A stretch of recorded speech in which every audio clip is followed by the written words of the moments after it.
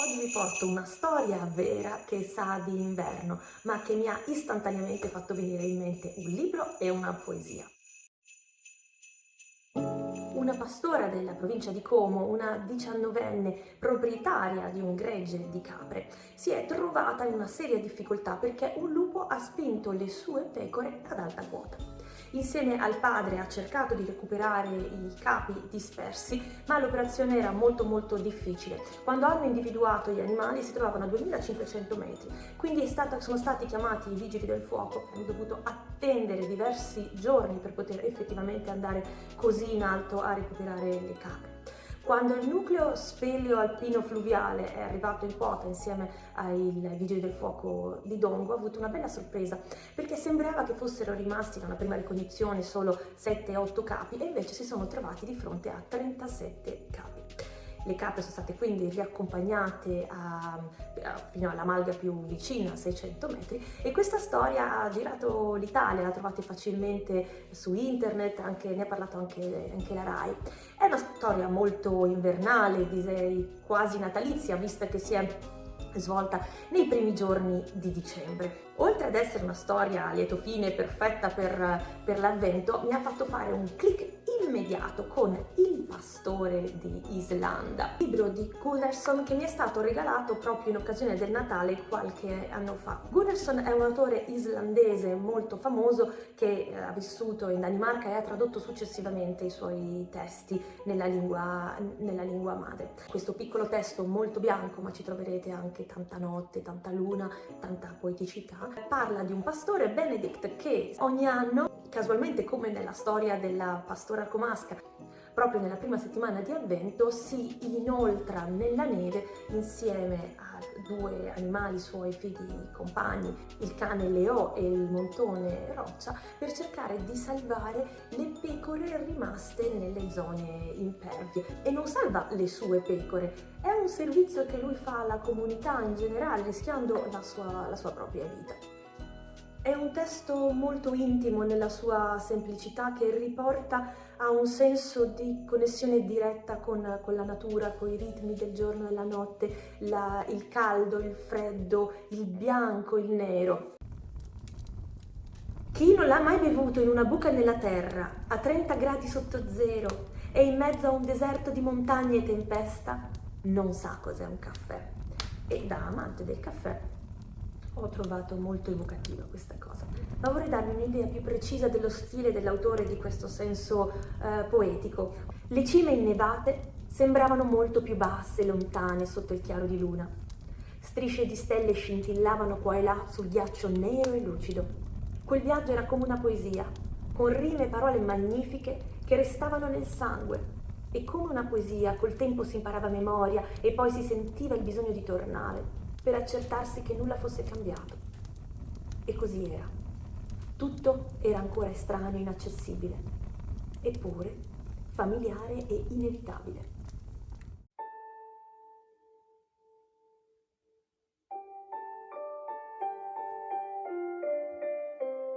Vi ho detto che questo evento di cronaca della pastora del comasco che è riuscita a recuperare le sue capre mi ha fatto venire in mente un libro, Il pastore d'Islanda, e una poesia. La poesia è I pastori di D'Annunzio.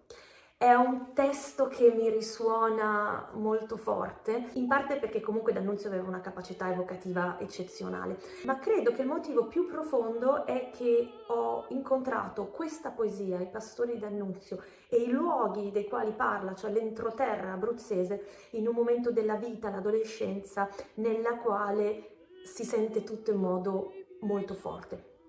E vi dirò di più.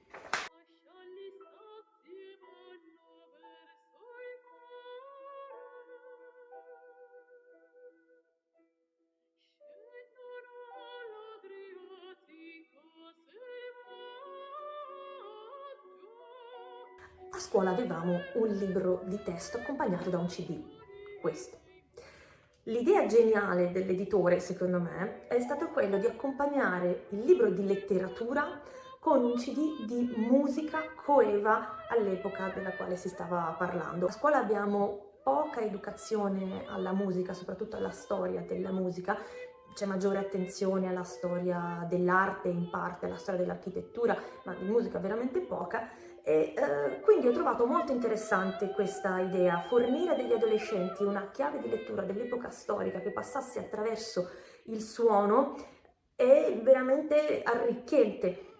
Beh, nonostante i CD che accompagnano i libri scolastici spesso vengano poi eliminati nel tempo, io ho tenuto gelosamente questi pochissimi CD ed è proprio grazie a questo CD ascoltato in adolescenza, che gli insegnanti non ci hanno chiesto di ascoltare, ma io ho ascoltato per curiosità, che ho conosciuto la versione musicata di O falce di Luna Calante di Respighi, che vi ho proposto nel video sulla Luna, vi lascio un link. È sempre da questo CD che ho avuto la sorpresa di conoscere la versione musicata dei Pastori d'Annunzio di Ildebrando Pizzetti, cantata dalla soprano Antonucci, accompagnata al piano da Valentini.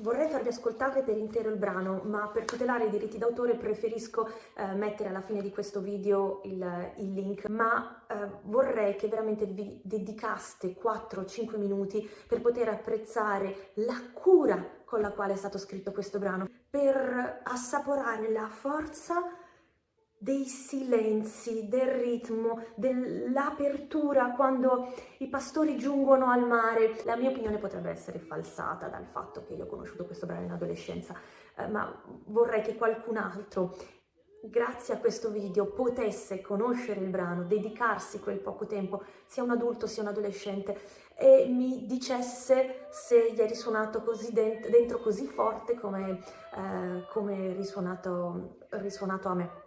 La musica classica, nonostante non sia così diffusa, se si ha l'opportunità di ascoltarla concentrati, vivendola in profondità, ha una potenza incredibile, e vi auguro di poter vivere con la stessa intensità quello che ho vissuto io. Vorrei che il suggerimento di questo brano arrivasse a voi come un dono natalizio.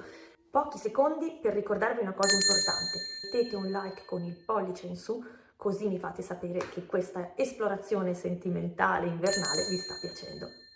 Vorrei rileggere con voi il testo della poesia, vorrei che mi accompagnaste lungo i tratturi, cioè i sentieri, dove i pastori accompagnano le greggi verso il mare.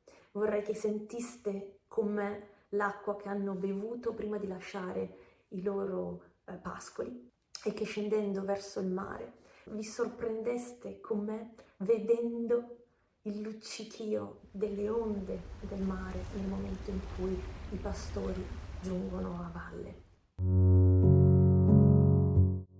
Settembre, andiamo, è tempo di migrare. Ora in terra d'Abruzzi i miei pastori lasciano gli stazi e van verso il mare. Scendono all'Adriatico selvaggio che è verde come i pascoli dei monti. Han bevuto profondamente ai fonti alpestri, che sapor d'acqua natia rimanga nei cuori esuli a conforto, che a lungo illuda la lor sete in via. Rinnovato hanno verga d'Avellano e vanno pel tratturo antico al piano, quasi per un erbal fiume silente, sulle vestigia degli antichi padri. O voce di colui che primamente conosce il tremolar della marina. Ora lunghesso il litoral cammina la greggia, senza mutamento è l'aria. Il sole imbionda sì la viva lana, che quasi dalla sabbia non divaria. In sciacquio, calpestio, dolci rumori. Ah, perché non son io coi miei pastori? Beh, D'Annunzio sarà anche stato un personaggio discutibile, ma la sua capacità di descrivere è incredibile. Immaginare il cammino verso il piano come se fosse un fiume d'erba silente. Accostare il colore della lana colpita dal sole al colore della sabbia, e la scelta di termini che ricordano proprio il suono di quello che sta avvenendo, come insciacquio, calpestio, e dire che per lui sono dolci rumori. Questa poesia è impregnata dell'amore di D'Annunzio per la sua terra, e con questa sensazione di colore, di lentezza, di acqua, di verde, di luccichio, vi lascio il link alla versione musicata e un altro video qui sotto del canale se volete continuare a rotolare con noi. Le ruote quadrate vogliono rotolare tra le discipline e le idee, come oggi abbiamo fatto tra poesia, romanzo, musica e una pastora che si è veramente inerpicata per recuperare le sue capre. Ciao!